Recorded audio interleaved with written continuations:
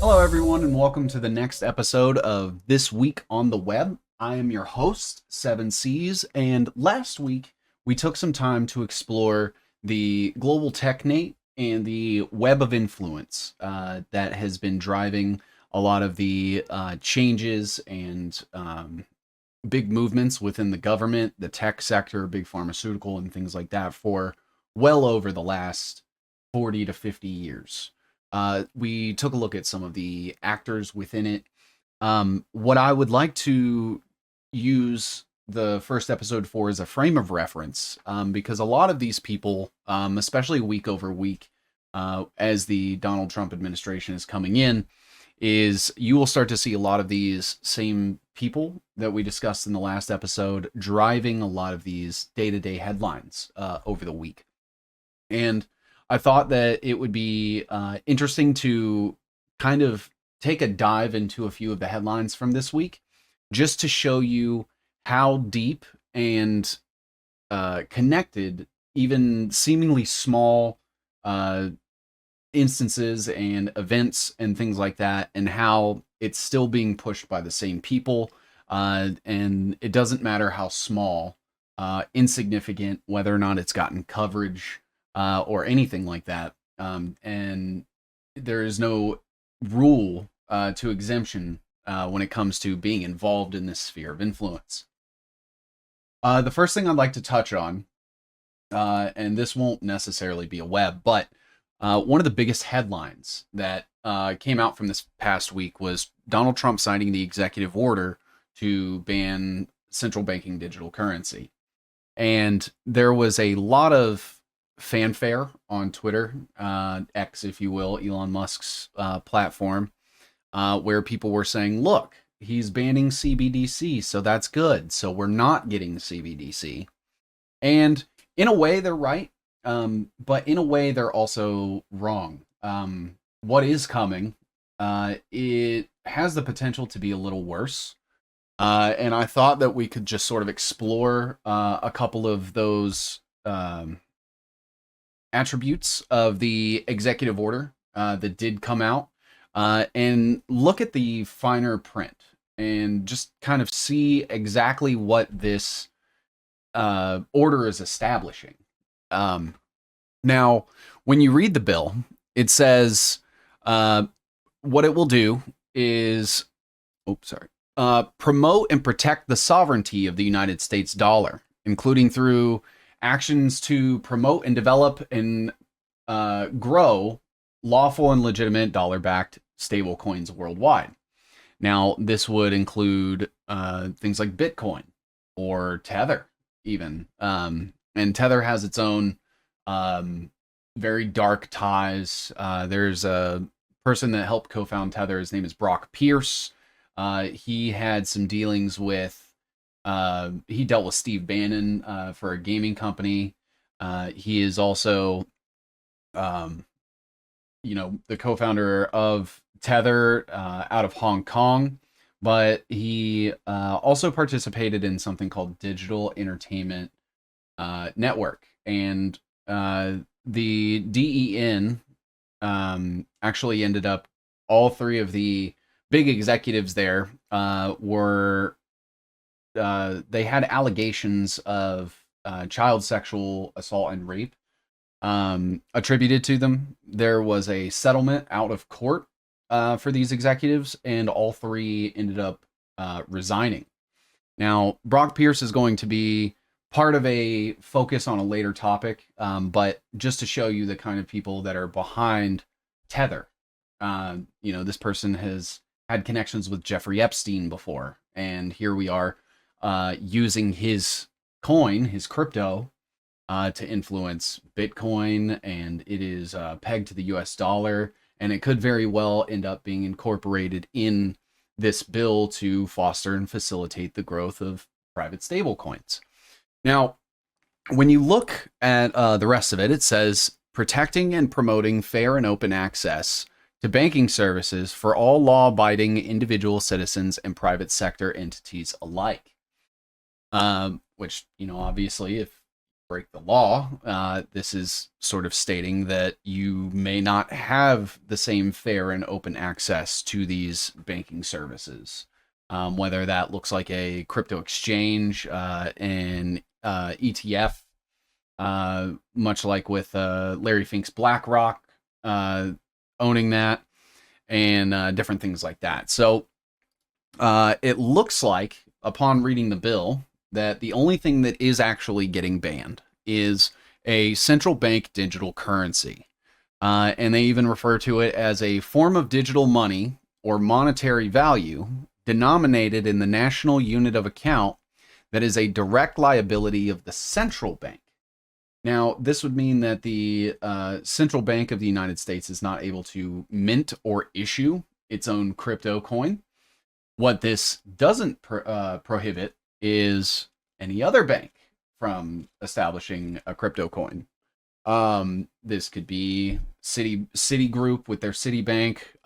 We have Fifth Third, Bank of America, especially JP Morgan, Chase, Goldman Sachs, like all these different banking and investment institutions can all just, under this, still create their own stable coins and end up capturing the market that way. Which to a degree seems a little more nefarious, because when you look at Donald Trump's meme coin, if you will, there was a man by the name of CoffeeZilla who does crypto investigating and was able to find that 80% of the token share supply for the Donald Trump meme coin was held in one single wallet, and since then has been essentially dumping on the private retail investors that ended up buying into the coin. I believe there was even a statement that showed that he had already withdrawn like $500 million. And the coin itself ended up netting him, I believe the headline was $52 billion, essentially overnight. So what you see there is a very slippery slope of this. This is just the beginning. What you're going to see moving forward is things like that become more commonplace.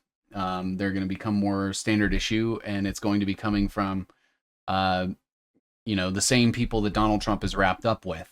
And when you consider that Donald Trump is now in charge of the Department of Justice, the Securities and Exchange Commission, and essentially has presidential immunity based on the developments over the last year or so with his trial. So it does seem like there will be zero. There may be a few repercussions, but as of this moment, it is not looking very good for any sort of justice for these people for falling for this scam. Now, the other part of this bill that I do want to look into is it says that it is establishing a working group on digital asset marketplaces. Now, what this means is essentially they are going to have some sort of subcommittee that works directly with the president and is made up of a variety of members of his cabinet. So it says, there's hereby established within the National Economic Council the president's working group on a digital asset markets working group. The working group shall be chaired by the Special Advisor for AI and Crypto, which I think we all remember the cryptos are. And in addition to the chair, the working group shall include the following officials and designees. And for those that don't know, it's David Sachs is the crypto and AI czar for the Donald Trump administration. So first member is the Secretary of Treasury. And here we have Scott Bessent. He was a former Soros banker responsible for helping to tank the British pound in 1992, which, if you all remember, Scott Bessent is wrapped up in this same Donald Trump web that we have here. So he's wrapped up here along with like Steven Mnuchin. You're actually going to see a few of these faces during this episode that we're going to get into in a little bit.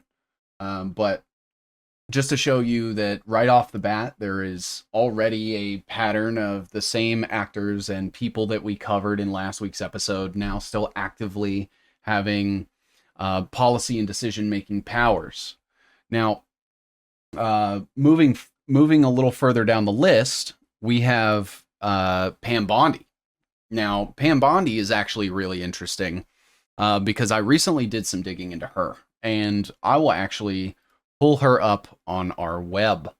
Now, one thing that has just developed with Pam Bondi is it is coming out now based on her conflict of interest reporting during her confirmation that she has apparently been receiving payments from Qatar, which is going to come up a little later in the episode as well. But just to refer back to Pam Bondi, showing that, last week we spoke about her historical funding from from Scientology, the cult, the mistaken payment from the Donald J. Trump Foundation, her connections with Lender Processing Services, which became Black Knight, which was doing a robo-signing scandal, which is owned by the Intercontinental Exchange, where you get Jeffrey Craig Sprecher, Kelly Loeffler, the New York Stock Exchange, the Congressional Trading, the backed crypto company that may end up partnering with Donald Trump. I believe the Trump media group is actually in talks of purchasing backed to have their own crypto exchange. And that's not even taking into account the World Liberty Financial Exchange that his two sons are a part of with Stephen Witkoff's son. So, obviously right off the bat, we're seeing a drastic conflict of interest with the president and people that are close to him and things like that. Being able to profit directly from changes in policy and law when it comes to cryptocurrency. And as we continue, I do believe that this abuse will potentially only get worse as the days go by. And we are 2 people in to this committee. Now, the third, Howard Lutnick.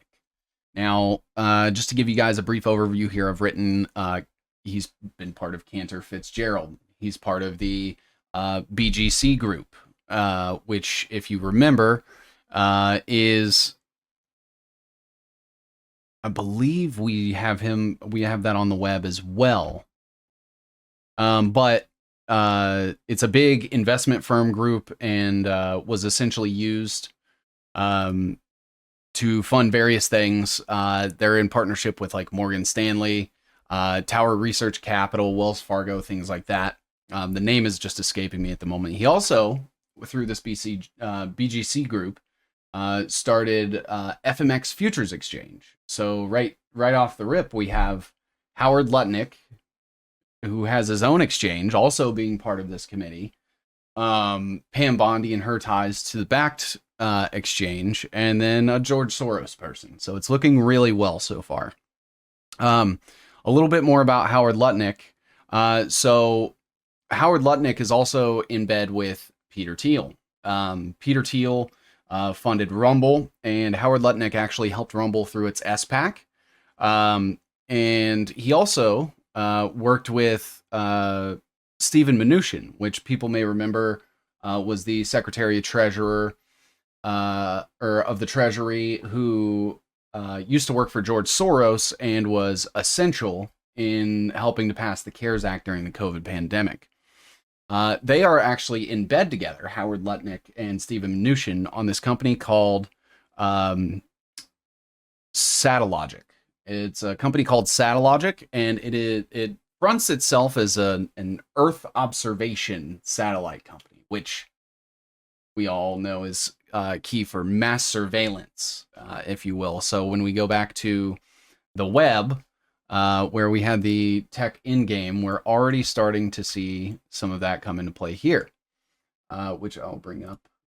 So we have the spy satellites here that we covered last week, as well as all of the crypto. And notice that I did say CBDC and crypto, just to account for the stable coins and on the off chance that we ended up going the BCCI route.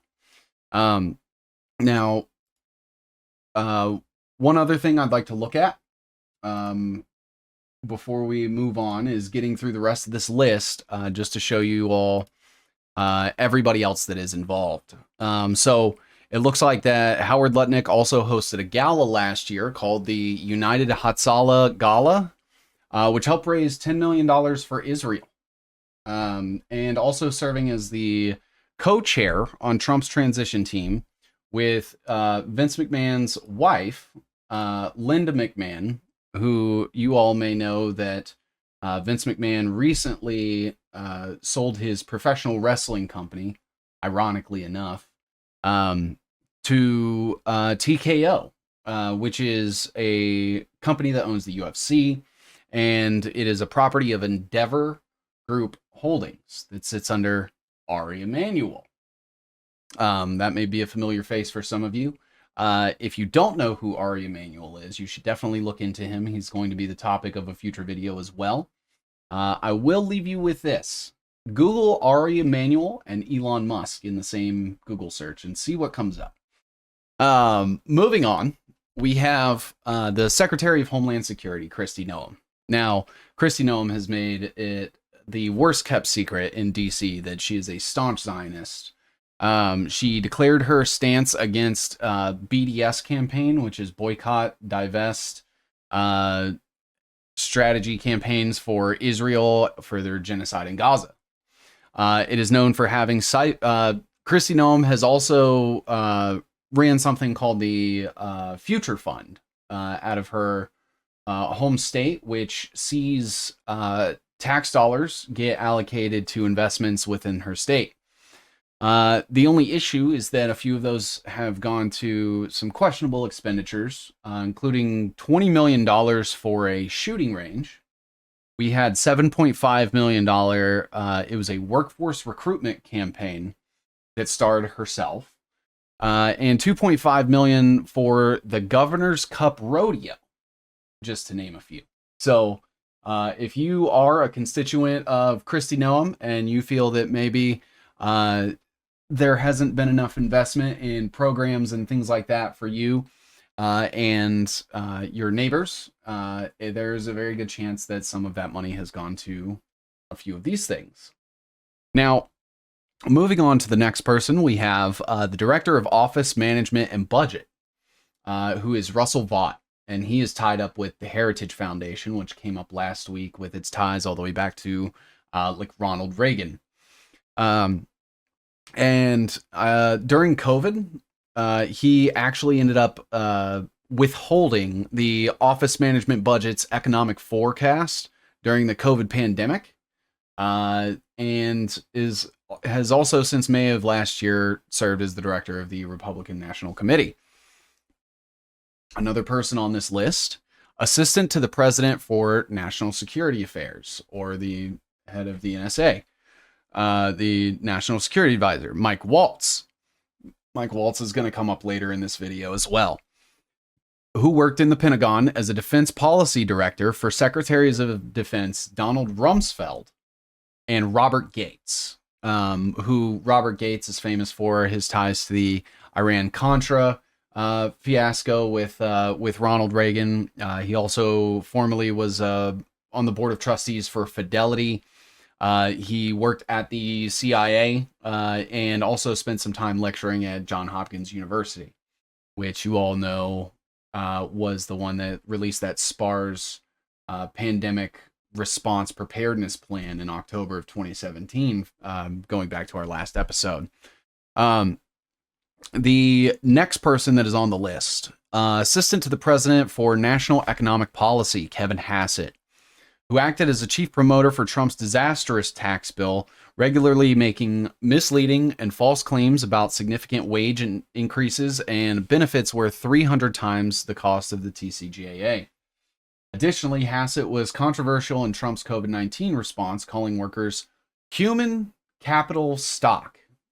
So if it gives you any sort of indication, the sentiment that these people have and had during the COVID pandemic when, everything was shut down, economic times were tough for people.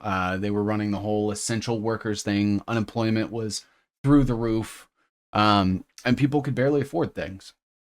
he decided to refer to Americans, you and I, if you're watching this from America, as human capital stock. And I believe that is a clear indication of the dehumanized nature with which they tend to view us. And he's not exclusive in this sentiment either. Really, if you dig through any of these people and go look at some of the various things that they've done throughout the years, the people that they're tied to, you'll find that it seems to be rarer when somebody has a shred of dignity within Congress. Um, Now, Kevin Hassett also worked at Purdue Pharma's PR firm, American Enterprise, which you all know had the long association with Vice President J.D. Vance. And, in last week's episode, we had discussed how J.D. Vance's mom had struggled with opioids herself. And J.D. Vance went to go work at this company, Tap Sally Sadel, so on and so forth. Well, Kevin Hassett also worked at this company that helped to cover for Purdue Pharma in their role in the opioid crisis. Next, and this guy is the assistant to the president for national economic policy. The next person on the list is the assistant to the president for science and technology. His name is Michael Kratsios. He is the managing director of a company called Scale AI, which is going to start coming up a lot, especially in regards to discussions with China.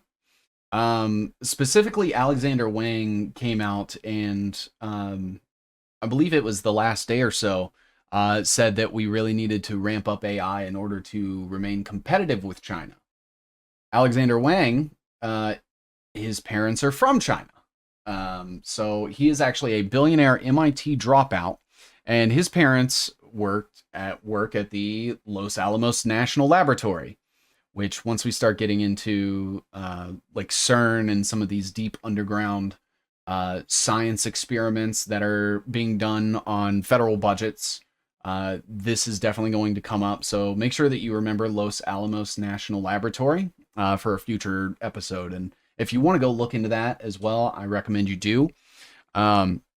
Whose customers for the Scale AI, going back to that, include Etsy, companies like General Motors, OpenAI with Sam Altman, PayPal, which is where you get the PayPal Mafia, which is, again, David Sachs, Peter Thiel, Ken Howery, Luke Noseg, things like that.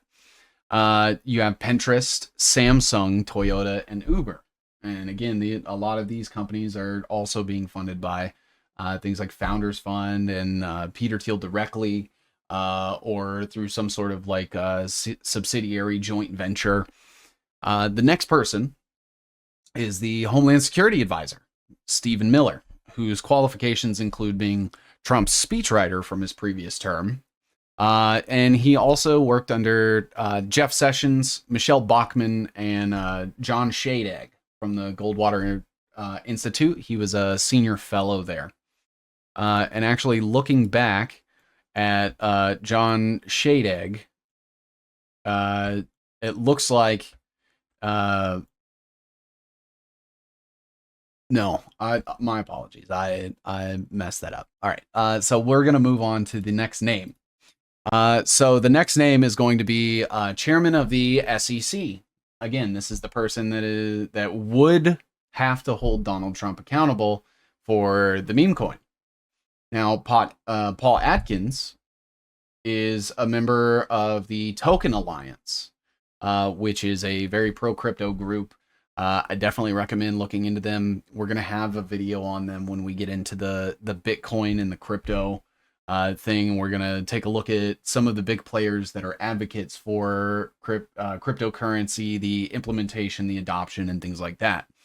Another thing is that Paul Atkins is a member of this thing called Phi Beta Kappa. And when you look at all of these secret societies, a lot of them tie back to like different fraternities and things like that. And I thought it would be interesting to just take a look at some of the members of Phi Beta Kappa for a moment and just kind of show you some of the people that are on this list. So this goes back, very, very far. We have, people like John Quincy Adams, Eli Whitney, uh, you have William H. Prescott. We have people like W.E.B. Du Bois. We have Booker T. Washington is another one. So you get like all of these very recognizable names. As we keep scrolling down, we see that J. Robert Oppenheimer is on this list and is part of this group. You have, I believe his brother, yeah, Frank Oppenheimer is on here as well. Nelson Rockefeller. You have T.S. Eliot. Uh, all of these people that have been extremely influential throughout like American history all seem to belong to the same group. You have George H.W. Bush, a former president. You have Henry Kissinger. You have people like Clive Davis from the Universal Music Group that's been named in some of the Diddy lawsuits. And as you keep scrolling down, we'll kind of go down a little bit. Barack Obama Sr., Barack Obama's father, is part of this. You have Richard Epstein, James Woolsey, who was a CIA director, Janet Yellen, who was on the Federal Reserve. We have quite a few other people. I'm going to scroll down just so you guys can get some more recent names here. Jeff Bezos. We also have Kerry Washington, Pete Buttigieg, Ben Shapiro, Vivek Ramaswamy. So these are just some of the newer ones that you're kind of seeing, and obviously those people have all been in the limelight within the last few years or so. So just kind of important to keep in mind as we move forward through this, that these are the kind of people that Paul Atkins is tied up with. And he is also expected to heavily reduce the regulation of crypto as a security within the U.S. economic policy. Now, the last member is chairman of the Commodity Futures Trading Commission. Now, I have to give it to Caroline Pham. She is the least implicated person on this list, I would say. But she did temporarily intern at a company called Sullivan and Cromwell, which, as you all know, had ties to World War, and also Operation PB Success, which saw the CIA and various groups involved with the coup of Guatemala in 1954. So, they just happened to get into, military coups backed by military intelligence on behalf of the United States in their spare time. They're also involved with various tobacco companies, help represent them and things like that. Another important scandal they were a part of was the FTX scandal. So that belonged to Sam Bankman-Fried. It was found criminally fraudulent. I believe he is still sitting in jail for that. And if you'll remember, all of that came out as a result of the Silicon Valley bank run that was instigated by Peter Thiel and company. And also Sullivan and Cromwell has also been historically critical of pro-Palestinian protest groups around college campuses that began during the October 7th, 2023. Now, after kind of reviewing this list, and seeing that these people are essentially going to be acting in the same capacity. If you all remember during COVID, there was a group that was established by the president to help with the economy that was called the Great American Economics Revival Industry Groups. And what this did was establish basically a lot of executive members, big partners at all of these, big companies. We had Goldman Sachs and the like looking over economic things as far as looking at food and the agriculture. He was picking executives from like Tyson Foods. So clearly not very good entities that ran this group, and obviously still have a lot of influence on the way that the economy has recovered and we've continued to run since Donald Trump's first term. Now, what I do want to do is use this as sort of like a learning opportunity to show that, even when things look good, you should never take any of them at face value. A lot of the times, what'll happen is the title of a bill can be intentionally inverted to give people, like when we look at things like the Patriot Act, right? Um, there wasn't very much patriotic about it. It ended up seeing like the mass surveillance of everybody and spying and things like that, and increased pressure and giving the government more power to conduct the war on terror. But by the name of it, obviously, it sounded pretty good. It isn't, and neither is this. So very important piece of the news that I just wanted to get out of the way really quickly.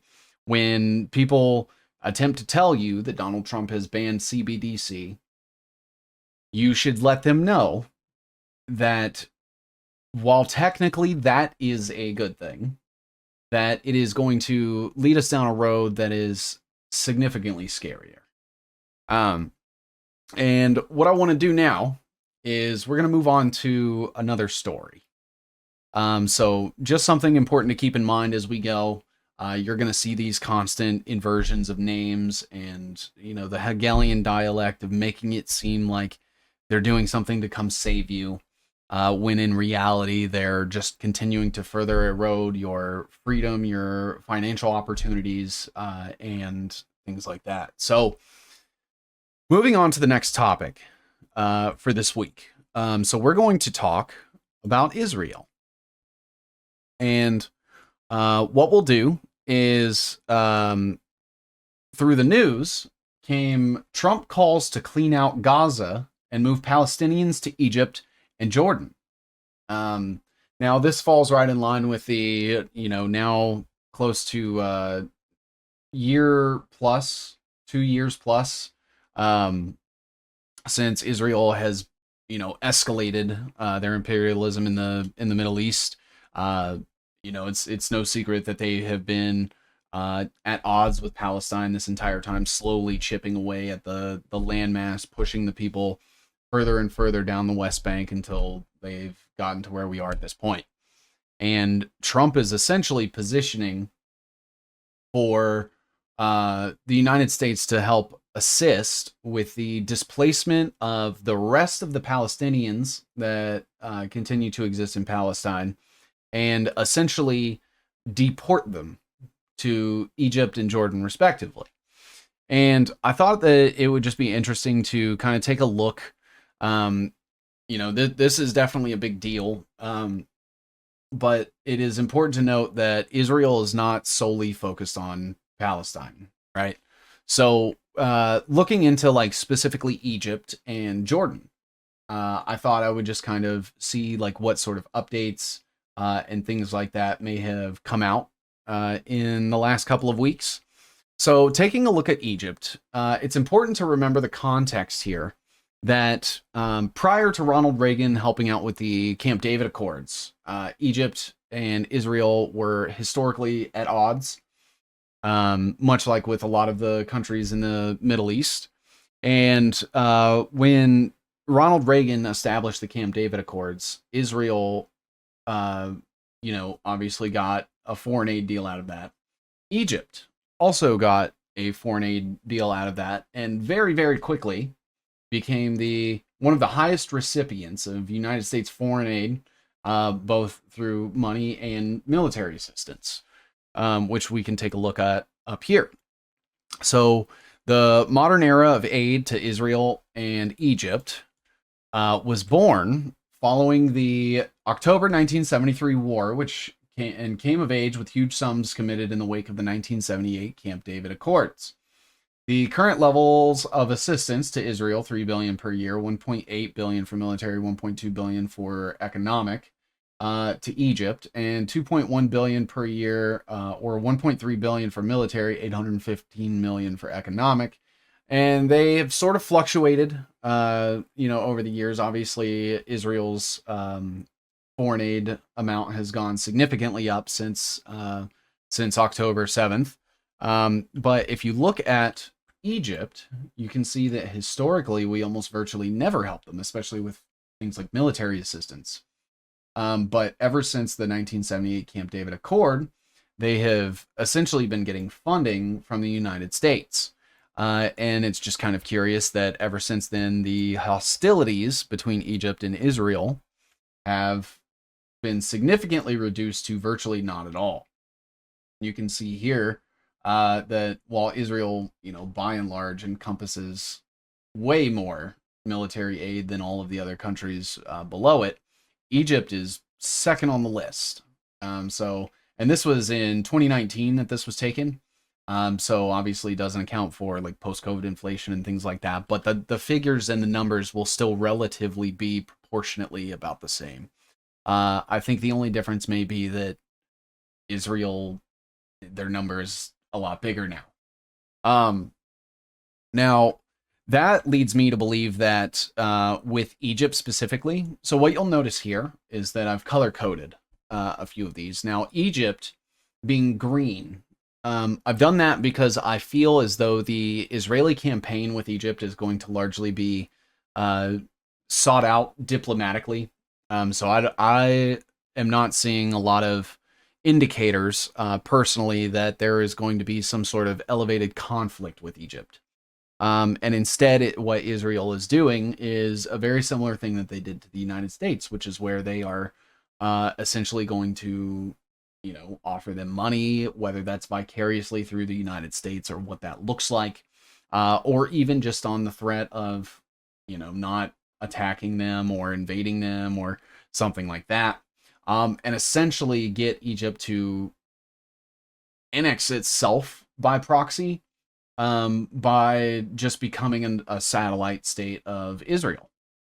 Now, looking at Jordan, I have color-coded this one yellow, because there is a little bit more of an increased likeliness that Jordan could see some sort of potential conflict with Israel in the future. One thing that leads indication of this is the IDF recently announced formation of a new division to defend Israel's border with Jordan. So this was as far back as October 31st of last year, where it says that moves come weeks after gunmen breach border in an area south of the Dead Sea. IDF chief Halevi says new division will ease burden on reservists.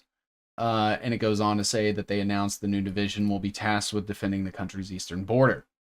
In a statement, the IDF said the decision to launch the new Eastern Regional Division was made following an examination of the military's operational needs and defense capabilities in the area in accordance with the planning of the IDF's force buildup in the light of the lessons of war and the situational assessment.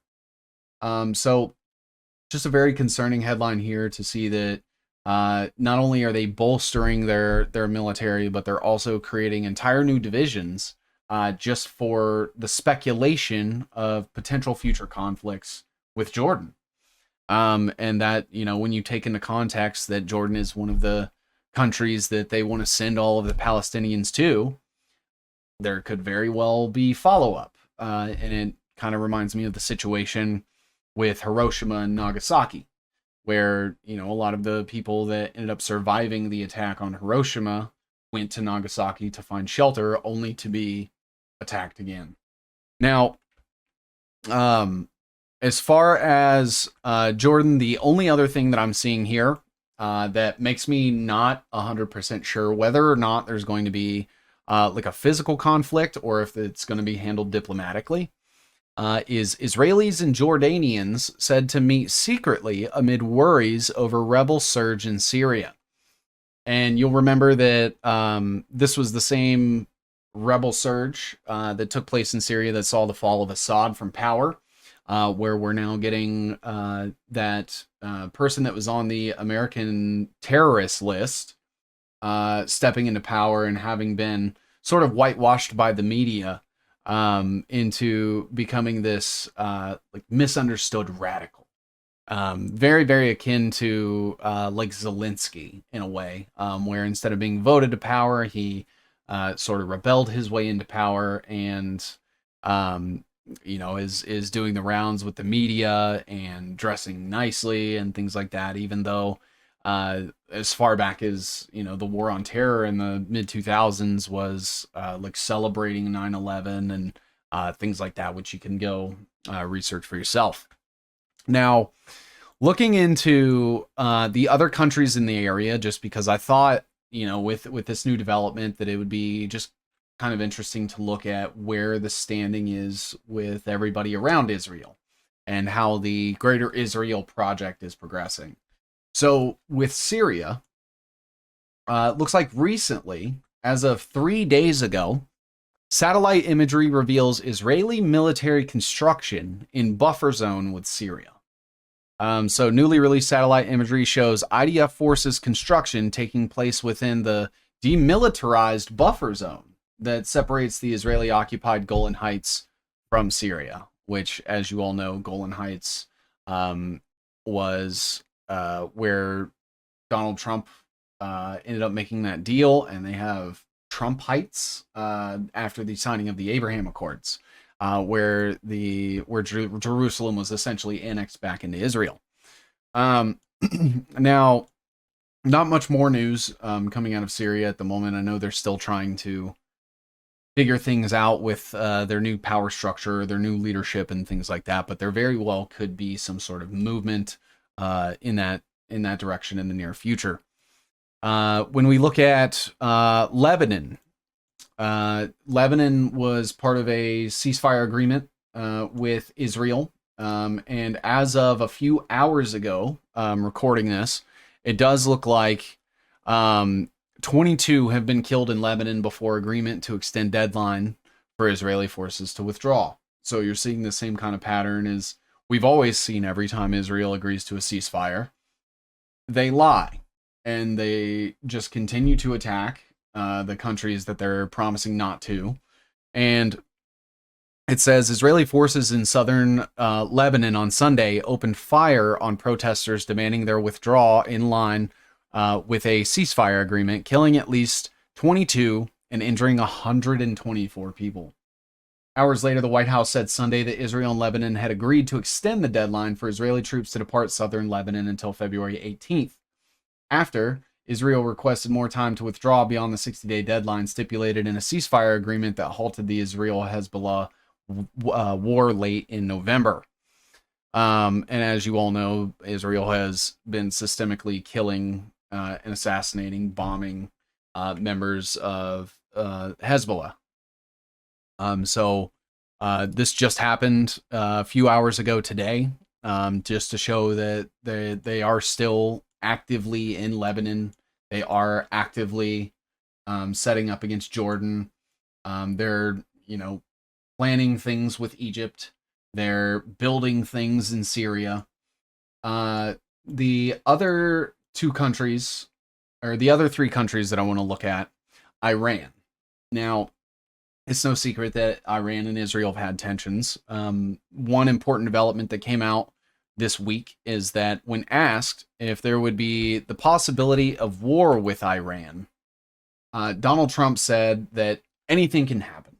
And in that same sentiment also said that he vows to use U.S. Support for Ukraine to attempt to negotiate peace. And then lastly, looking at like Palestine, obviously is in complete ruins, and just sort of speaking to them and the kind of people that we're going to be dealing with. Jared Kushner, Donald Trump's son-in-law, referred to Gaza as waterfront property. Now, it's no secret that it seems that the plan for Israel is to, once they have completely genocided and displaced all of the Palestinians, that they plan to begin redevelopments, and they are signing all of their real estate buddies and their developer buddies and investors and things like that.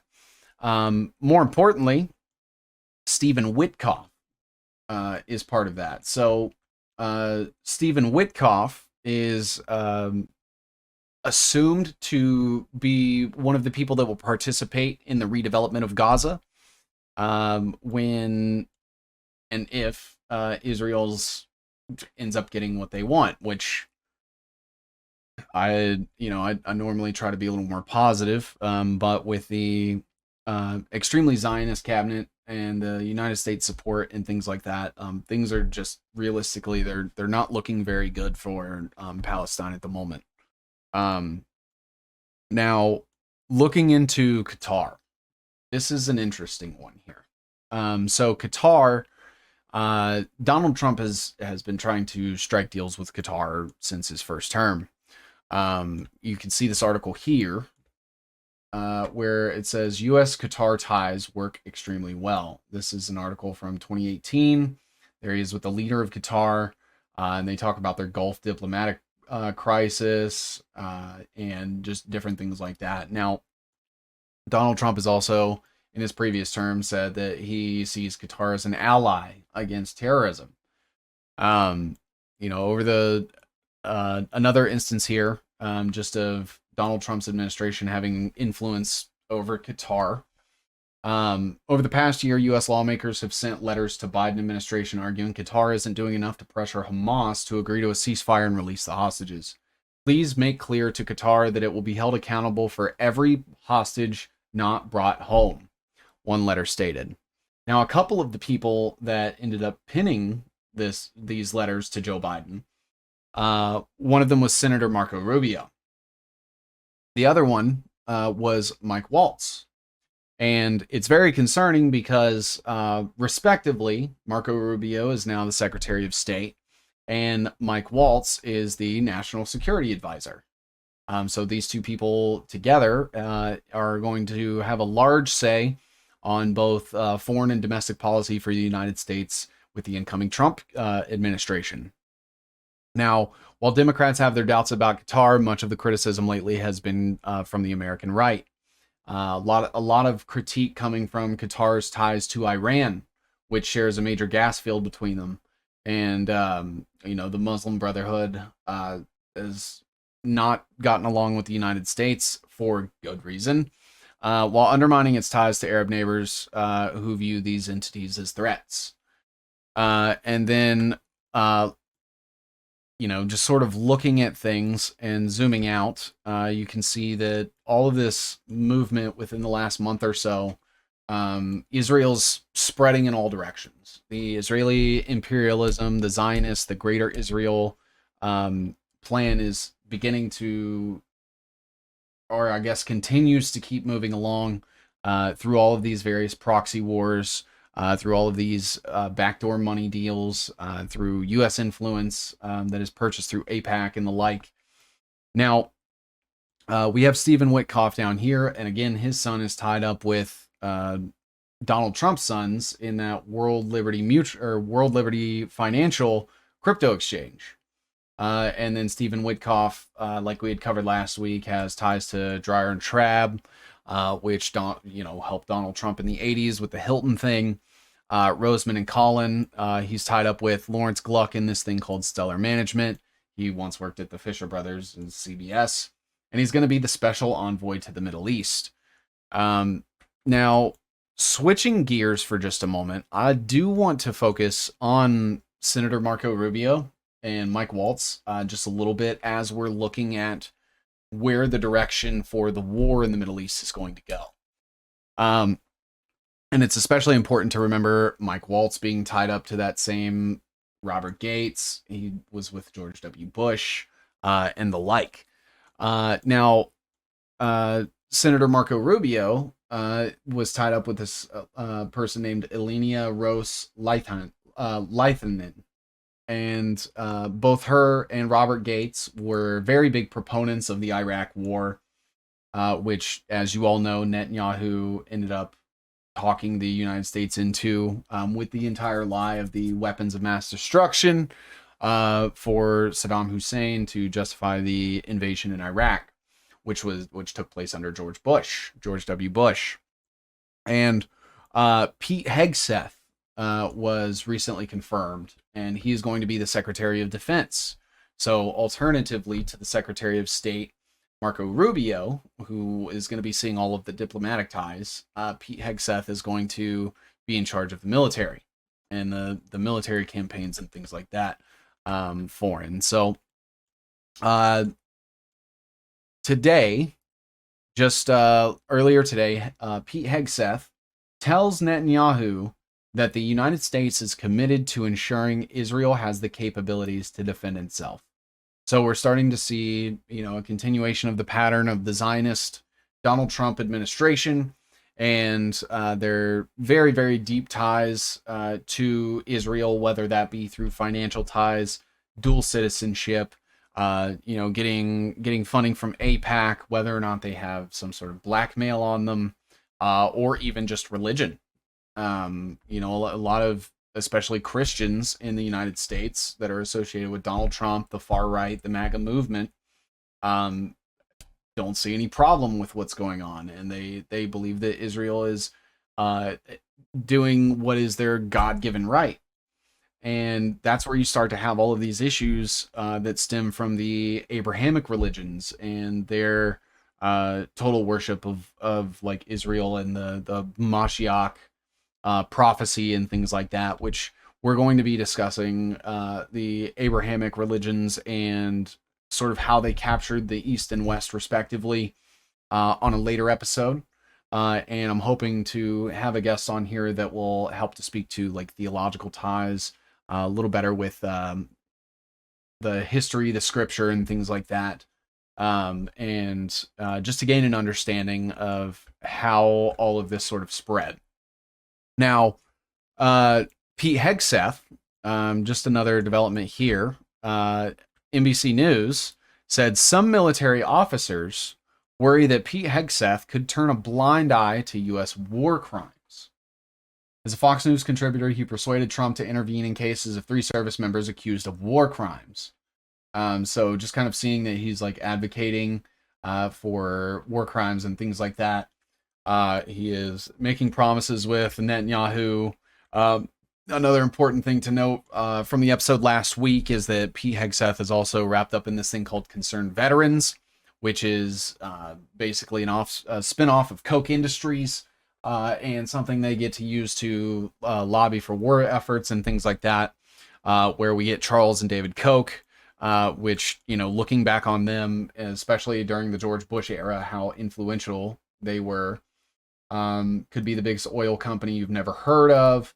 That is, unless you hang around the halls of Washington. And this article is from 2004. So, it's no secret. Koch is bigger than Microsoft, Merrill Lynch, AT&T. Koch is the leading campaign contributor among oil and gas companies for the 2004 cycle, giving $587,000 so far. Next came Valero Energy, 4th biggest campaign oil and gas industry giver behind Chevron, El Paso, and Enron, and so on and so forth. So extremely influential in the Middle Eastern campaigns of George W. Bush, and you're having Pete Hegseth, who also received speaking fees from like Northrop Grumman and Lockheed Martin, 2 of the 5 biggest United States military arms manufacturers in the country, and also part of this group called American Legislative Exchange Council. So when you start to zoom out and you see the people that are going to be dictating the United States policy, especially around the Middle East, the defense policy, the diplomacy policy, and the domestic policy for United States security, and you see that they're all sort of just holding the same sentiment that has always been like that neocon warhawk sentiment, where it's give to Israel and let's attack all of their neighboring Middle Eastern countries.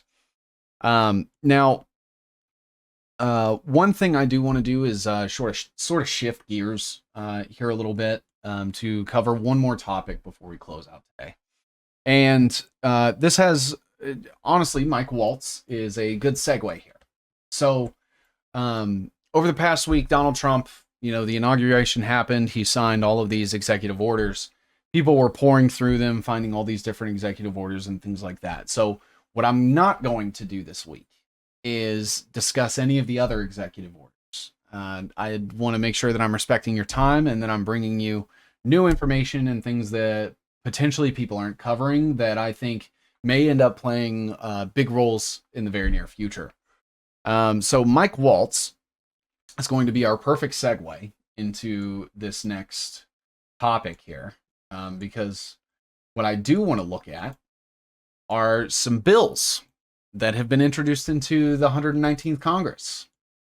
Just to take a look at a few of these, the first one that I want to focus on is HR 425. Now, this was introduced on the 15th, so about 5 days before Donald Trump took office, and it was introduced by a Republican congressman out of Ohio, District 8, and it is called the To Repeal the Corporate Transparency Act. And essentially what this is planning to do, for the context here, I went ahead and typed something up really quickly. So the Corporate Transparency Act is a federal law that mandates certain businesses to disclose information about their owners and beneficial owners to the United States Department of Treasury's Financial Crimes Enforcement Network. Essentially, the thing that you see me do with all of these people and all of their ties to all of their investments and board seats and people that are, getting all of these kickbacks and special interests and quid pro quo deals. What repealing this bill will do will make it more difficult to track who owns what, who's invested in what, who's tied up into what. It says this bill was passed and aims to combat money laundering, terrorist financing, and other illegal activities by preventing individuals from hiding behind shell companies to facilitate illicit operations. Now, a lot of the talking points is that the Corporate Transparency Act is especially arduous on small businesses, which I can understand that it is an additional lift. But what they're doing is hiding behind the small business complaints in order to also remove themselves from this transparency. Because they don't want you knowing who owns what and who's connected to what, because as we can clearly see from the web, it starts to expose these people. It exposes the patterns, the intentions, and things like that. So they all have a history of trying to make things as hard as possible in order to figure out their plans, what they're doing.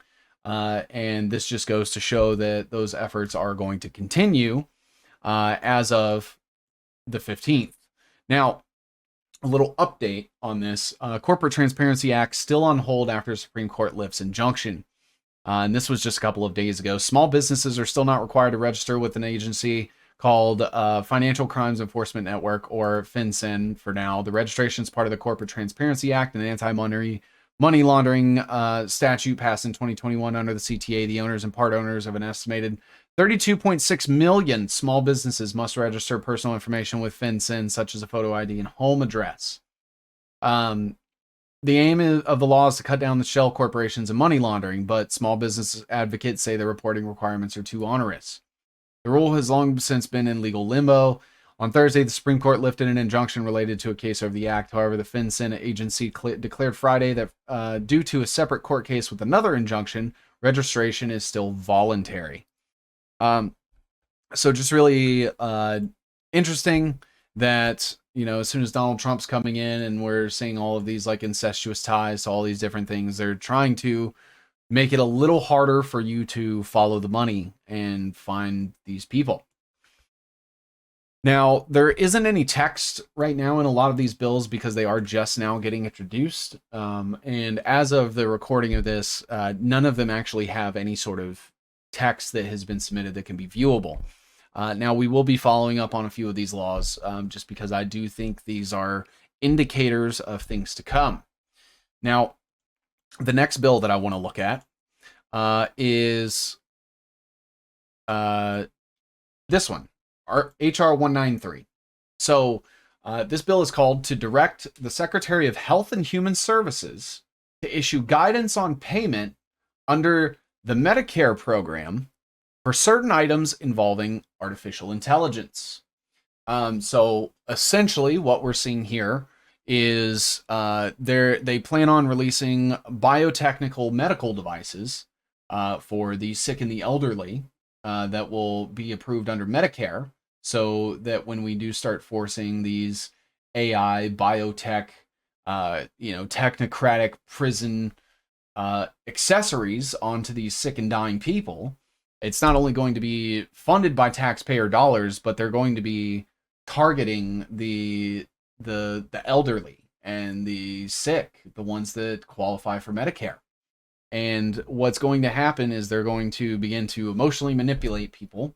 They're going to proposition how these certain AI devices are going to change the life of someone that you love and restore senses, or will leave pain, or prolong life. And essentially, what they are trying to do is get you and the rest of us taxpayers to subsidize turning our parents and grandparents into uh, data variables, because these are going to be the first people that they're going to be testing these technologies on. Much like with the mRNA vaccines, there's no telling what's going to happen. And the fact that they are choosing some of the most vulnerable groups in the country to be the test bed for these things is extremely concerning. And this bill comes from a guy named David Schweikart, which we're about to dive into him because he's a very concerning Republican congressman out of Arizona. Also part of the House Energy, Commerce, and the Means and Ways Committee. Now, just a couple things about Schweikart here. We're gonna dive into him just a little bit, and then I'm gonna show you the other bill that he introduced this month into Congress. So, first and foremost, David Schweikart. We have securities and investments from open seekers, $383,000, $888, and he's also part of this group called Club for Growth. A few other notable contributors outside of Club for Growth, you're seeing American Israel Public Affairs Committee. So another Zionist, another pro-Israel person within the Congress. You have Stinson Tamadin, you have CVS Health, and you have the Republican Jewish Coalition.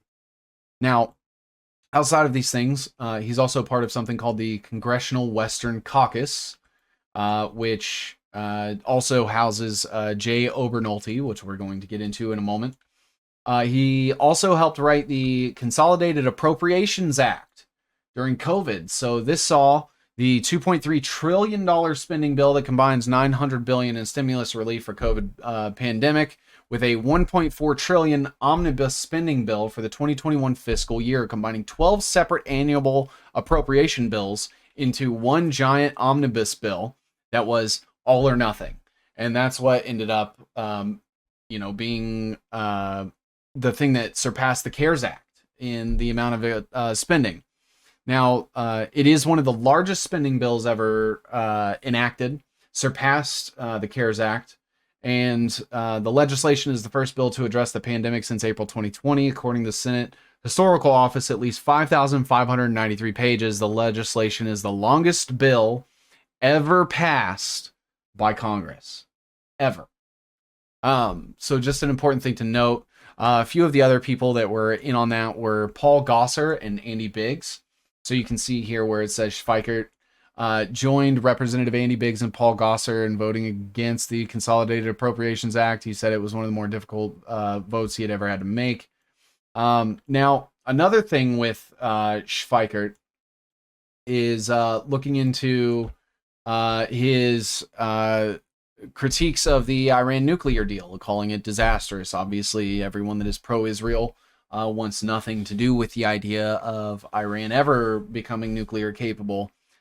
So, even under the guise of United States national security, they have been obstructionist to, energy developments in Iran ever since.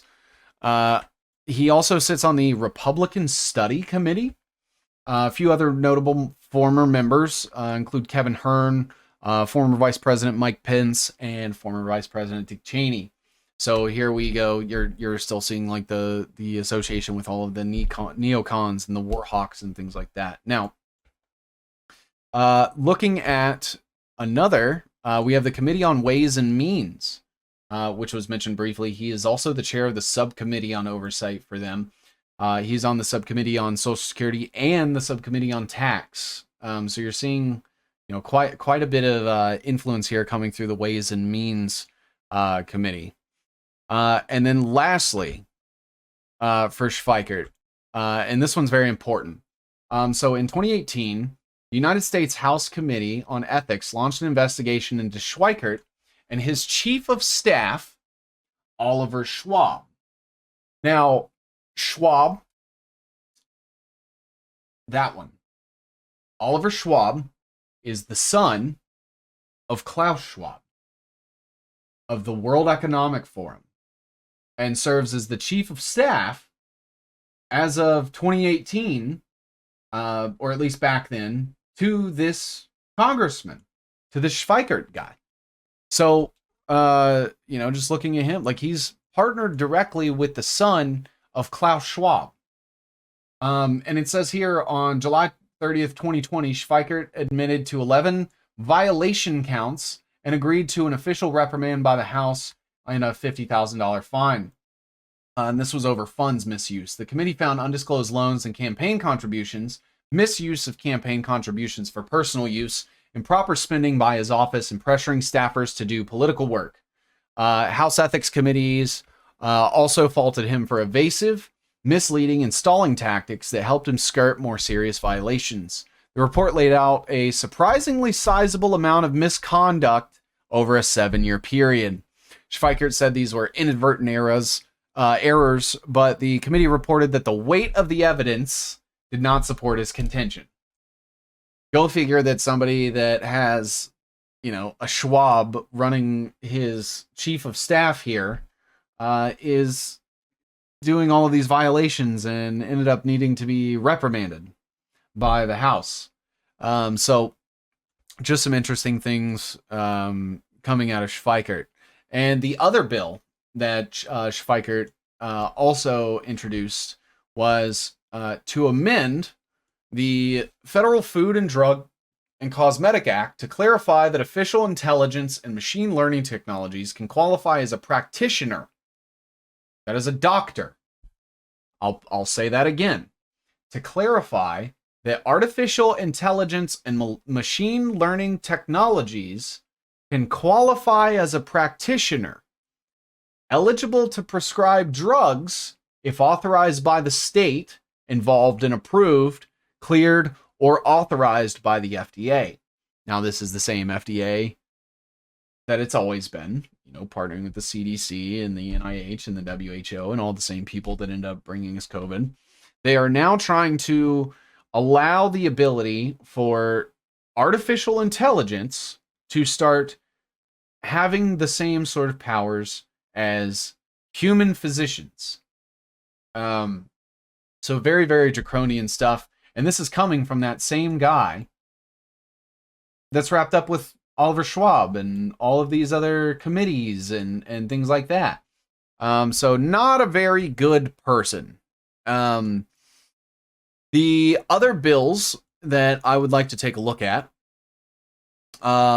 one being Warren Davidson was the one that was responsible for the repeal the Corporate Transparency Act.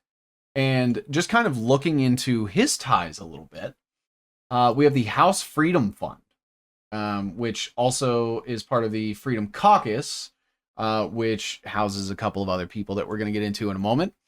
Other notable groups include Capital Funding Group, the CGCN Group, America's Credit Unions, Liberty Mutual Insurance, the company, Sound Money Caucus, Workhorse Group, which makes EVs and things like that. Now, Workhorse Group, in November 2021, it was reported that Workhorse faced a Department of Justice investigation as well as an SEC investigation that was first reported in September 2021, report by short-selling research firm Fuzzy Panda, who accused the company of fraud, which followed up by a Cincinnati Enquirer report, which found that the top Workhorse executives and board members sold off $60 million worth of stock, and that part of the selling occurred following interactions with postal officials, which signaled their USPS bid was in trouble. The report also stated that Workhorse was being sued by some shareholders in the company, which accused them of orchestrating its USPS part of an insider trading deal. On November 9th, 2021, Workhorse confirmed its SEC and Department of Justice investigations and regulatory filing, which stated that the investigations were related to the trade of securities in the company leading up to the award of the USPS contract in Oshkosh. Not good. Not good. A couple of other things that Warren Davidson, we have the Sound Money Caucus, but we have the Congressional Blockchain Caucus, which another member is Mike Waltz sits on this as well. So somebody from the Trump administration sitting on this blockchain caucus, which again, Donald Trump, very pro-crypto SEC, just appointed the DOJ, has all these meme coins, has the AI crypto czar. So you're starting to see with this in-game where the digital currencies is starting to come into play. And we're getting the CBDC crypto, we're getting the tokenization of everything. Digital ID may be coming very soon. Now, a few of the other members on the blockchain caucus include Darren Soto. Fun fact about Darren Soto. Darren Soto voted for all 4 pandemic relief packages, including the CARES Act. This is the Coronavirus Preparedness and Response Supplemental Appropriations Act of 2020, the Family First Coronavirus Response Act, the CARES Act, and the Paycheck Protection Program and Health Care Enhancement Act. He also helped to lead Florida's delegation in securing additional supplies of remdesivir, which, as we all know, was Fauci's invention that he was using to push biological warfare on people. And he helped to secure remdesivir for his constituents. So he was pushing this on people. Another one is looking at Bill Foster. Bill Foster is part of this as well. Now, Bill Foster is an interesting character because when you look into him, he worked at this place called Fermi Lab. And what Fermi Lab is it's essentially a particle accelerator. And they work a lot with CERN. So it says Fermi Lab's main injector, 2 miles in circumference, is the laboratory's most powerful particle accelerator. The accelerator complex that feeds the main injector is under upgrade, and the construction of the first building for the new PIP2 linear accelerator program began in 2020. Until 2011, Fermi Lab was home to the 6.28 kilometer circumference Tevatron accelerator, and the ring-shaped tunnels of the Tevatron and the main injector are visible from the air and by satellite. Now, Fermi Lab is part of this thing called the Deep Underground Neutrino Experiment, and they partner with CERN, which, as you all remember from last week's episode, is looking into the worldwide Large Hadron Collider computing grid. So again, we not only have the satellite companies, we have the nuclear developments that have just happened. There's actually recent news coming out about ChatGPT-4 being launched on Microsoft Azure's cloud, and then being partnered, especially with this Stargate development and all of the funding that's coming into that. Now, the other important members of this include Tom Emmer, right here, who Tom Emmer actually, back in 2011, hosted an event promoting the launch of Representative Ron Paul's presidential campaign in Minnesota. And then Tom Emmer is also part of this Congressional Western Caucus down here that Schweikert was part of. I believe it was Schweikert. Yeah, Schweikert. Now, looking at a couple of other just interesting developments with the blockchain, Bitcoin things. So on March 24th, 2019, 7 congressmen sent a letter to Larry Kudlow, the director of the National Economic Council. The letter requested that the administration have a forum on blockchain technology and initiate blockchain technology. The signers of the letter were Congressman Trey Hollingsworth. Looking at Trey Hollingsworth, Trey Hollingsworth, connected to Fannie Mae, Freddie Mac, and was once endorsed by Elizabeth Warren. Hollingsworth also introduced the Stablecoin Transparency Act following an investigation into Tether's reserves in an attempt to improve customer information about stablecoins. So, again, we see people that are trying to normalize and lift this, this barrier of entry for crypto and privately issued stablecoins and things like that, which completely coincides with the Donald Trump CBDC ban that we just talked about. The another person is Darren Soto, which we just covered with the remdesivir thing. Other ones include that same Bill Foster. We have Todd Emmer, who we just covered with Ron Paul. We have Ted Budd, who is also part of the Freedom Caucus. And we have David Schweikert. There he is. And Josh Gottheimer. But there's David Schweikert again, pushing for the blockchain and things like that. So another thing that Warren Davidson did was he was part of the Token Taxonomy Act. So attempting to officially incorporate taxation policies and different taxes within tokens and cryptocurrency and tokenomics and things like that. So now, Ron Paul being part of the Liberty Caucus, that pretty much clears up this section here. Now, another important thing to note is that another member of the Freedom Caucus is Andy Harris, who studied at Johns Hopkins University. Moving forward just a little, we can kind of see some other ties here. So we're getting into like Goldman Sachs. Trey Hollingsworth is also, he attended the Wharton School, and just a couple of other different things. Now, the last one that I want to discuss is by a guy named Jay Obernolte. And he is a Republican out of California. Now, this bill is especially heinous, in my opinion, because it says to amend the Public Health Service Act to eliminate consideration of the income of organ recipients in providing reimbursement of expenses to donating individuals and for other purposes. Translation for this. Essentially, right now, the way that people are reimbursed when they do transplants is the person that's receiving it. If they're some rich person that makes tons of money, there could be, increased reimbursement expenses based on that. And what this does is this kind of helps protect, millionaires, billionaires from being able to purchase all of these organs for pennies on the dollar and not have their income considered.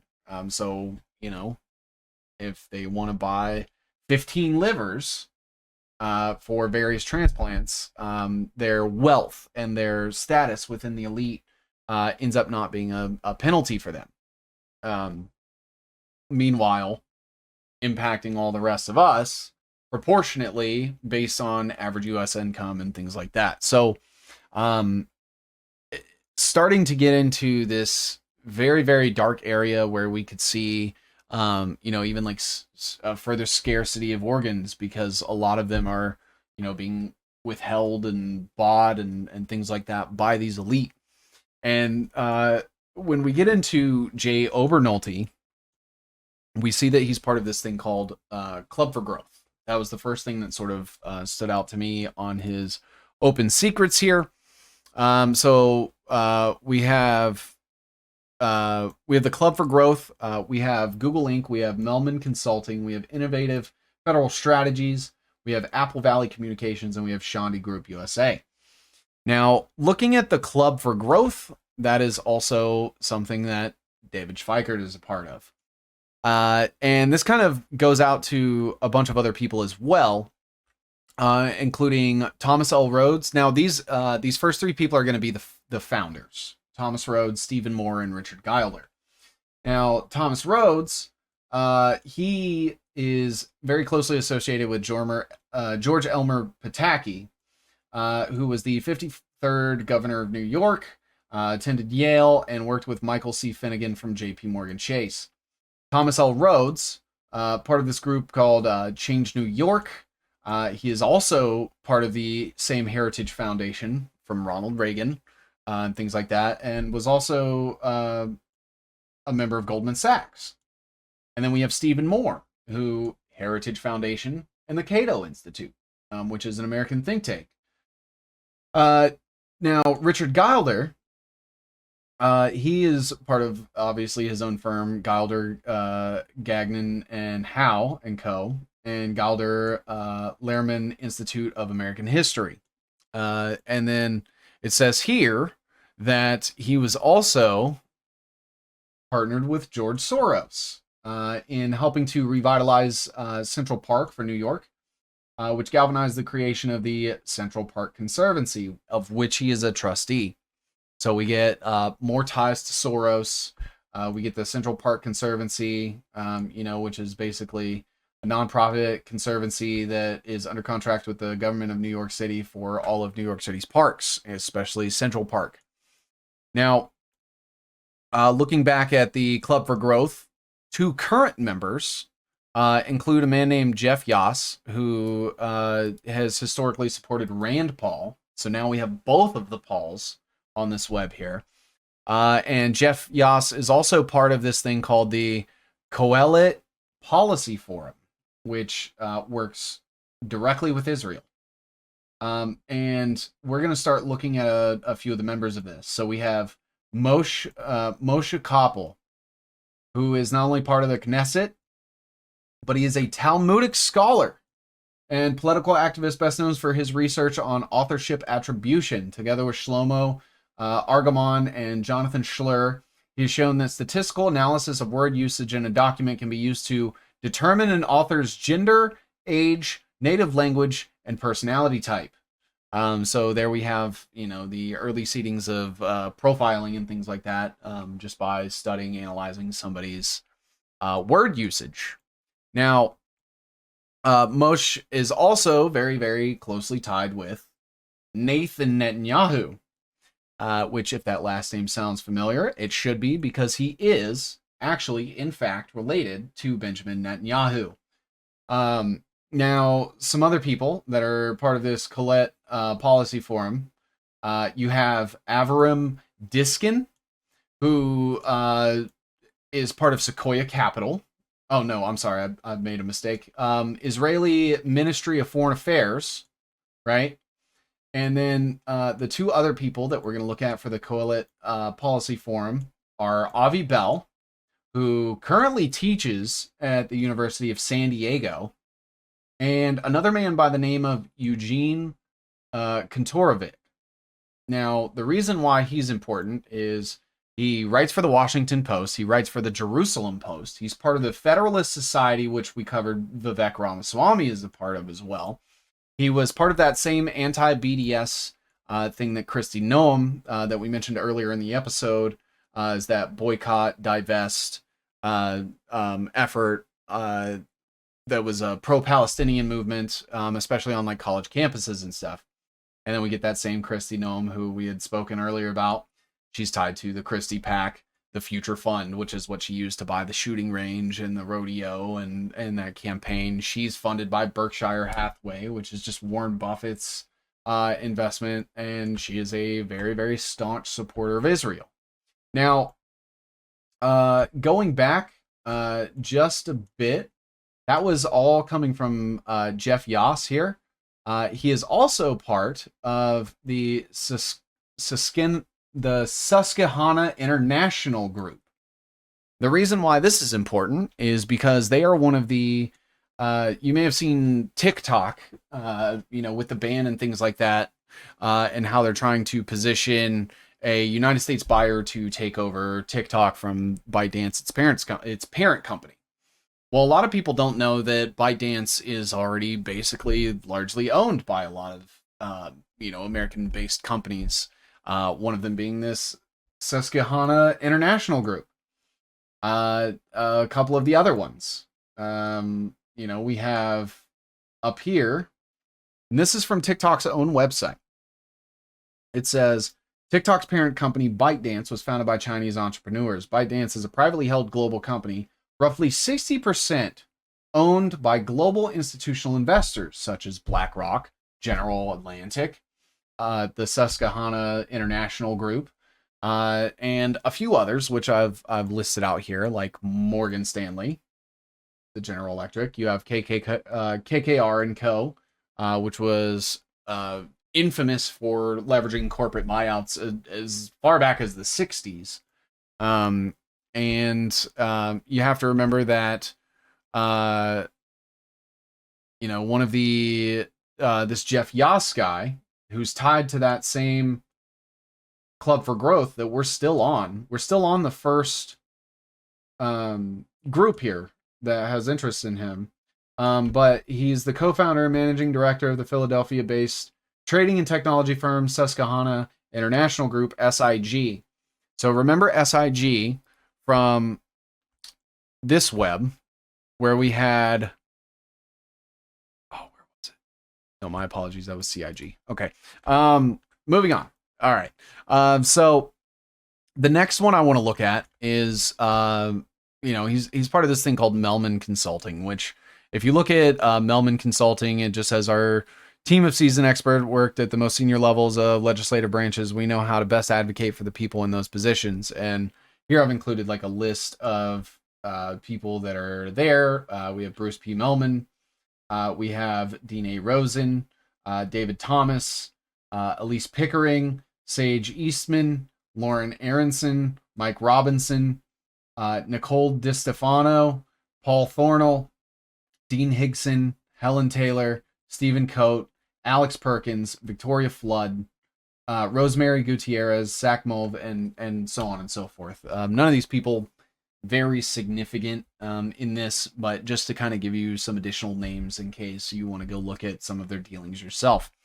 Now, one of the most interesting ones, especially considering the biological ties to all of this and sort of how it all plays in with the grand scheme of the biotechnical technocracy, AI infiltrating medicine, things like that. Obviously, Google is tied up in quite a few things. So looking at the most important people from Google, we have Sergey Brin, part of the World Economic Forum. There's Klaus Schwab again. There's BlackRock, so with Larry Fink. Kairos Power is where they're doing all of their nuclear deals through. Part of the CIA, part of the NSF, went to Stanford, which, as you all know, Stanford is a really big deal because of the CIA recruiting ground and things like that. Basically, anyone that goes to Stanford is going to have relationships with Peter Thiel specifically, just with how influential he is within that university. But various other, CIA intelligence members and things like that from Stanford. And he is funded by Vanguard. His co-founder, Larry Page. We have BlackRock again, CIA, NSF, Stanford, Kairos. You have Sequoia Capital. You have Vanguard. We look at Eric Schmidt, who's part of the Bilderberg Committee. John Hopkins popping up again. World Economic Forum for the 5th time today in the United States Department of Defense. We have Ray Kurzweil, who Massachusetts Institute of Technology. He's part of the Transhumanist Alcor Life Extension Foundation, amongst other things. And we have Sundar Pichai, who again, Stanford, UNGE, Alphabet, Google, Android, World Economic Forum for the 6th time, and he shares Wharton School alma mater with Thomas Rhodes, which, as we looked into earlier, part of the Heritage Foundation, Club for Growth. So you're starting to see, a little bit of overlap there. Might even be in the same fraternity. I hadn't looked at this time. Now, when we look at things like Apple Valley Communications, some general staff here include Larry Cusack, Gabe Lovato, Jay Lovato, Sue Cusack, Jeff Merrick, Chris Chanley, Dane Thompson, Arceli Morales, Randy Kaufman, Daryl Donnelly, Joe Evans, John Marks, Todd Waugh, and the list goes on. And we also have Innovative Federal Strategies, which IFS was named one of the top lobbying firms in 2023. It says Innovative Federal Strategies was named a top lobbying firm in Washington, D.C. for their work on behalf of clients again in 2023. Information regarding metrics used by Bloomberg government with a complete list of the top firms can be found via the report on their website. Where when you go to their website, you can kind of see what they're about, things like that. They have a mission statement. Here are all of their people and all their LinkedIn. So Letitia White, Carl Keim, Gene Deaton, William D. Lowry, Taylor Jordan, Susan Carr, Caitlin Costello, Peter Engel, Aaron Hook, Benjamin J. Jarrett, David Killian, Lynn Meyer, so on and so forth. Joe Minges, Juan Buhigis, Palinkasev. And then the last one, as far as like his main contributors, Shandi Group USA. And this is going to be a really weird place to end it, but Shandi Group USA was funded by a guy named Nashatar Singh Shandi. And he is someone from India who recently bought something called Palm Springs International Film, which does a lot of film festivals, especially partnering with people like Sony Films and things. So just looking at these 4 bills, which are extremely draconian, very, very tied up in pro-crypto, pro-corporation, hiding their or concealing the transparency. We have directing the Secretary of Health of Human Services to issue guidance on payments under the Medicare program for certain items involving artificial intelligence. Again, that's that David Weichert guy. To amend the FDA and Cosmetic Act to clarify that artificial intelligence and machine learning approved technologies can qualify as doctors. We have to amend the Public Health Service Act to eliminate consideration of the income of organ recipients, so allowing elites to, take organs and not have to pay any of the reimbursement as appropriate for their income.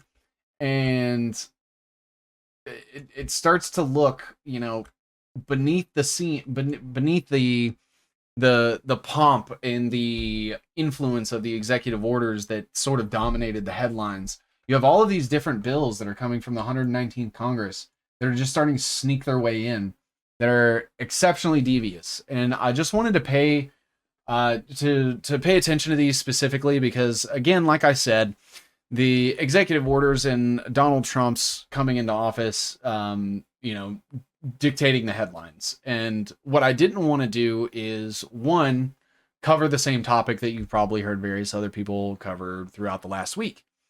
But what I did want to do was maybe report on some things that I don't think have made it into the news yet.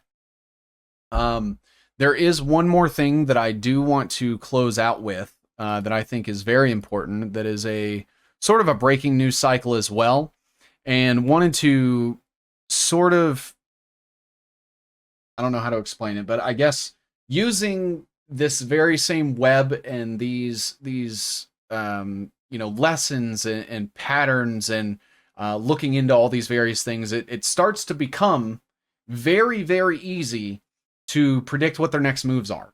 I had the sentiment last week where I said that Orwell and Huxley weren't psychics. They just knew what was coming. So what this says is it's a news story that says Kroger has partnered with Microsoft to install facial recognition technology in stores to identify individual customers. This is real-time, AI-powered facial recognition technology, which would allow individual shoppers to see prices calibrated specifically for them, which to me sounds a lot like social credit scores, just at the grocery store.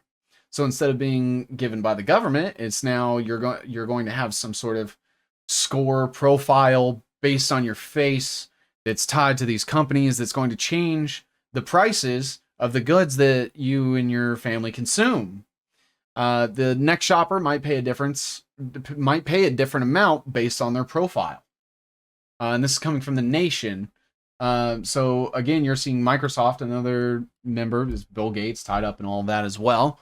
And if you all remember, on the last episode, we had touched on a portion of the web, and I'll go right back to it. Now, I have since added in Kroger into this because I hadn't yet. But here it says, it's right here where NXP Semiconductors is, partnered with Bain Capital. NXP Semiconductors does a lot of our electronic passports. They co-own the technology of NFC and RFID, and also own this thing called MeFare, which is sort of a public transit organization. Now, Bain Capital, Mitt Romney's thing, owns LinkedIn. They own DocuSign, and they used to own this company called Jet. Now, Jet is a real-time pricing algorithm, and that was recently sold to Walmart a few years ago. And it's just interesting to see this, automation in retail is even worse than you thought. New technology is not just making shopping more challenging for workers and consumers. It's poised to rip off the most vulnerable. Now, looking back at the tweet that I had posted, I said, AI biometric face scanning is coming to your grocery stores. Real-time pricing algorithms based on your standing. I'd imagine, and here's me making another prediction, that we are not far off from paying with crypto at the POS system, the point of sale system. Back in November, I said this verbatim. I said real-time pricing algorithms would be coming to grocery stores really soon. And that's what we're starting to see now. And this was in a post in November where I started to speculate that NXP Semiconductors may be tapped to help introduce digital ID to the United States. So if we go back to that, I just want to show you guys the date here, November 6th. So this was months ago, well over 2 months ago that I stated this. And this goes into who NXP Semiconductors is. You guys can see like an older version of my map here. But NXP is, sort of a joint venture between a few people. Apex Partners. Apex Partners LLP is a British private equity firm headquartered in London, England. The company also operates out of 6 other offices in New York, Hong Kong, Mumbai, Tel Aviv, Munich, and Shanghai. Apex Partners is heavily associated with Israeli intelligence through the company Platinum Equity. Platinum Equity, this company bought the infamous McGraw-Hill textbook company directly from Maxwell Communications, the company that was founded and ran by Ghislaine Maxwell's father, Robert Maxwell. Platinum Equity is also partnered with OMERS, which is a creation of the World Economic Forum, which, as you all know, Larry Fink sits there. BlackRock, you have Klaus Schwab as well. Philip Electronics is also part of this NXP Semiconductors. Philip Electronics was started by Karl Marx's second cousin, Gerard Phillips. And was heavily involved in a COVID ventilator scam with the United States government, as well as their ties to the U.S. nuclear program in the 1940s and beyond. Another person, and I mentioned this company earlier, KKR & Co., who introduced the concept of leverage buyout of companies in the 60s, which started a destructive trend of consolidating small businesses through predatory investment practices that are still being abused to date. And this is Bain Capital. So this is the one where I made that prediction back in November, who owns DocuSign, the leading supplier of e-contracts and other private agreement documents, LinkedIn, the most prominent recruitment site in the world, and was previously toying with the idea of real-time pricing algorithms through its company Jet, which it sold to Walmart and will be coming to a grocery store near you. Now, when I made this prediction, I did not think it was going to be 2 months. I'd have to be completely transparent with everybody. These things are starting to move faster than expected. So I believe it is very important to start looking at this research, telling everybody that if anybody's completely unaware of everything that's going on. Show them the first episode, show them this episode, and show them the things that have happened just this week in the grand scale of everything with Trump and all of the executive orders and his administration and things like that, because clearly they are pushing their foot down on the gas, trying to get this global technate in-game complete. And then NXP's chairman, Peter Bonfield, comes from many corrupt groups, including the Worshipful Company of Information Technologists. He is a freeman of the City of London and the Pilgrims of Great Britain. So he belongs to the Pilgrim Society, which includes characters like Henry Kissinger, Margaret Thatcher, Joseph Hodge Choate, whose participation in the Hague Conventions in both 1898 and 1907 created the Libra Code.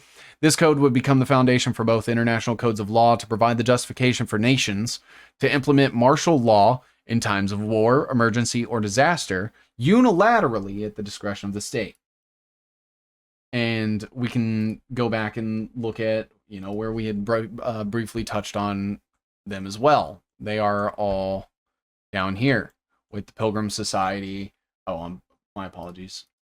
With like the Pilgrim Society, Margaret Thatcher, Henry Kissinger, Joseph Hodges. So we had covered all this last week when we got into like the IP3 nuclear stuff, and going back into like Jim Woolsey and all of his ties to all these people as well. So again, you're just seeing all like the Phi Beta Kappa that we look through the memberships for. Jim Woolsey was on there somewhere. And it just goes to show that, we covered Kristi Noem, we had Stephen Miller, Marco Rubio, Stephen Witkoff, P. Hegseth, Pam Bondi, Vivek Ramaswamy came back up. So like you're seeing Mike Waltz especially came back up. So you're seeing all of these same people, especially that are very prominent in the Trump administration, being the same big top players. And it just keeps coming back to this web. And as we keep going, obviously I'm going to continue to add things like this real-time pricing algorithm with COVID-19, or not COVID-19, with Kroger and Microsoft, and like obviously their ties to Bill Gates, and things like that through Microsoft and Bill Gates and his foundation. So and then the OpenAI Azure cloud computing, which just goes back to the global cloud here, and how Microsoft is also buying the nuclear plants, and they are also, buying the satellites, and they're part of the Stargate thing with people like Elon Musk and Sam Altman and Peter Thiel and David Sachs and Howard Lutnick and all these people that are being ushered in by the Donald Trump administration. We had ties back to the Large Hadron Collider again with the Fermi Labs thing. And then, a lot of this episode had a lot to do with like crypto, and we're starting to see that like all these Congress people that are in these like pro crypto private stablecoin interest groups are all also starting to push all of these transhumanist agenda, like biomedical AI devices and things like that. And these are all the same people that were being funded by the Heritage Foundation, which is going back to Ronald Reagan again. So these people have been doing these things, and a lot of them are operating within the shadows. And day by day, we are slowly starting to realize this model come to fruition. And it's just very scary. It's scary, but I have hope. I feel like the main thing with this, as with any market on the planet, is it requires you to participate. If there's nobody participating in a market, the market will fail or cease to exist altogether. So it doesn't matter if they put billions and billions of dollars into all of these transhumanist technocratic efforts. If everyone says no, it will fail. And that's why I think it's important to, get all this information, digest it, understand the way that it's impacting day-to-day life, all of these small bills, the grand scheme of things on a global scale, on a state level, on a federal level, the fact that we're seeing the, attempted annexation of Canada, and Greenland and Mexico and trying to create this North American Union, which falls right back into playing with the Technate and the Technocracy Inc. plans back in the day. And that is where, we're starting to see that the hole is closing around the opportunity for this thing to fail, and they're slowly putting these pieces in place. So that's where people like you guys come in, people that are aware of what's going on, people that do their research, people that can see the end game here and know exactly where we're headed, who's pushing us there, and where we might ultimately end up. So this has been me, 7C's, your guest. Thank you for joining me again on another This Week on the Web. Next week, we will be covering a couple of the headlines and looking into the history of Technocracy Inc. and the 100-year tie it has to Elon Musk. So thank you, everybody. Cheers again, and until next time. It's been me, 7C's, your host. Thank you for joining us on Ickonic, and we will see you next week.